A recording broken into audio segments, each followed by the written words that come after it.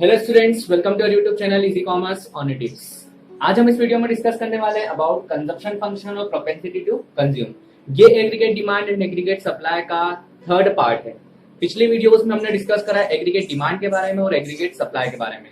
आज हम डिस्कस करने वाले हैं उनके फंक्शंस के बारे में। तो सबसे पहले हम डिस्कस करते हैं कंजप्शन फंक्शन या फिर प्रोपेंसिटी टू कंज्यूम।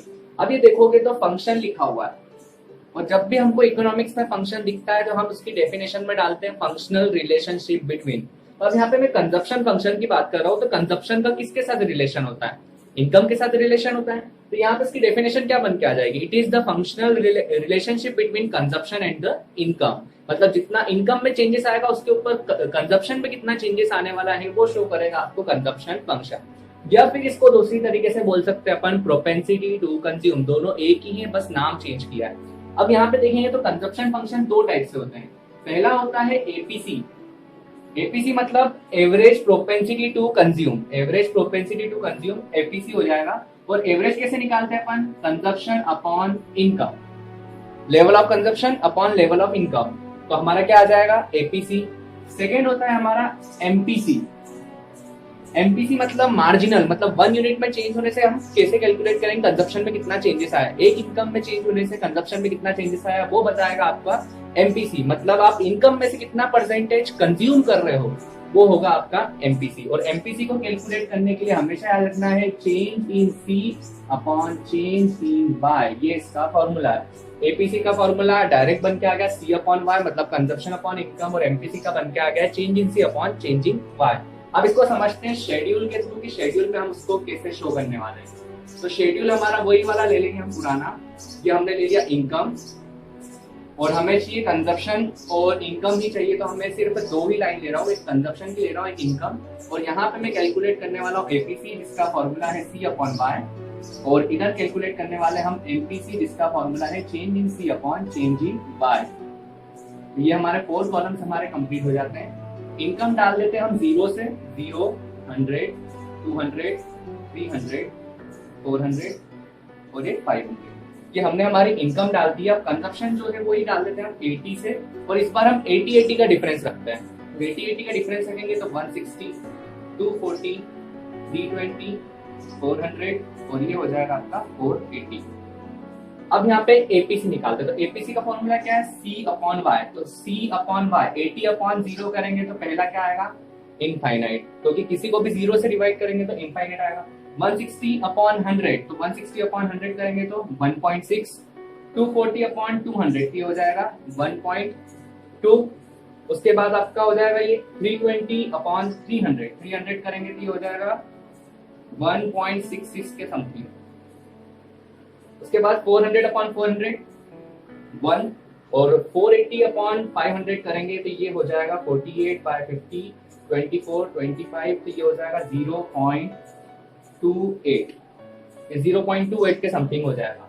तो यहाँ पे एक और चीज यहाँ पे कैलकुलेट कर लेते हैं 1.06। तो ये आपका एपीसी कैलकुलेट होके आ गया। हमने एपीसी कैसे कैलकुलेट करा? C divide by Y, consumption divide by income. अब एमपीसी कैलकुलेट करता हूं तो एमपीसी का फॉर्मूला क्या है? Change in C upon change in Y. तो first level of income, 0 level of income पे हम कुछ भी नहीं डालेंगे, डैश कर देंगे। आगे बढ़ते हैं हम। तो यहाँ पे देखते हैं तो इनकम कंजप्शन में चेंजेस कितना आ रहा है? 80 का। और इनकम के अंदर चेंजेस कितना है? 100 का। तो करेंगे तो 0.8। और आप देखोगे कि 0.8 ही रहेगा सब जगह पे। क्या है उसका रीजन 0.8 रहने का? क्योंकि हमारी इनकम जो है वो 100 रुपीज से अगर बढ़ रही है, एग्जांपल यहाँ पे देख सकते हैं 100 रुपीज से हमारी अगर इनकम बढ़ रही है तो कंजप्शन कितने रुपीज से बढ़ रहा है? 80 से। मतलब 100 में से 80 रुपीज हम कंज्यूम कर रहे हैं। मतलब यहाँ पे शो कर रहा है कि आप 1 रुपीज में से 0.8 कंज्यूम कर रहे हैं, मतलब 80% of income you are consuming. तो ये हमारा शेड्यूल हो गया जिसके थ्रू हमने समझा है एपीसी क्या होता है, उसका फॉर्मूला क्या है, एमपीसी क्या होता है, उसका फॉर्मूला क्या है। अब यहाँ पे थोड़ा सा और ध्यान देने की बात है कि यहाँ पे आप एक चीज नोटिस कर रहे हो कि एवरेज लिखा है तो उस केस में आपका चेंज का सिंबल नहीं आया, डायरेक्ट हमने सी अपॉन बाय कर दिया है। जबकि मार्जिनल लिखा हुआ आ रहा है तो उस केस में हमें change in C upon change in Y करना पड़ रहा है। मतलब मार्जिनल के केस में हमें चेंजेस निकालना पड़ रहा है। तो अब यहाँ पे कुछ ऑब्जर्वेशन निकालते हैं एपीसी और एमपीसी के बारे में। ऑब्जर्वेशन सबसे पहले हम निकालते हैं एपीसी के बारे में। तो एपीसी में आप क्या नोटिस कर रहे हो? क्या एपीसी मोर देन 1 हो सकता है? तो देखोगे तो हाँ 1 से ऊपर था वो। क्या एपीसी 1 हो सकता है? तो देखोगे तो हाँ हो सकता है, जब आपका कंजप्शन और इनकम बराबर हो जाए तो एपीसी 1 हो सकता है। क्या एपीसी लेस देन 1 हो सकता है? बिल्कुल हो सकता है एपीसी लेस देन 1, जब इनकम ज्यादा रहेगी कंजप्शन कम रहेगा।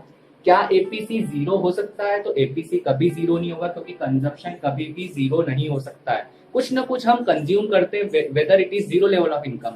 वो 0 लेवल ऑफ इनकम पे जो भी कंज्यूम करते हैं उसे क्या बोलते हैं हम? ऑटोनॉमस कंजप्शन, जिसे डिनोट किया जाता है सी बार से।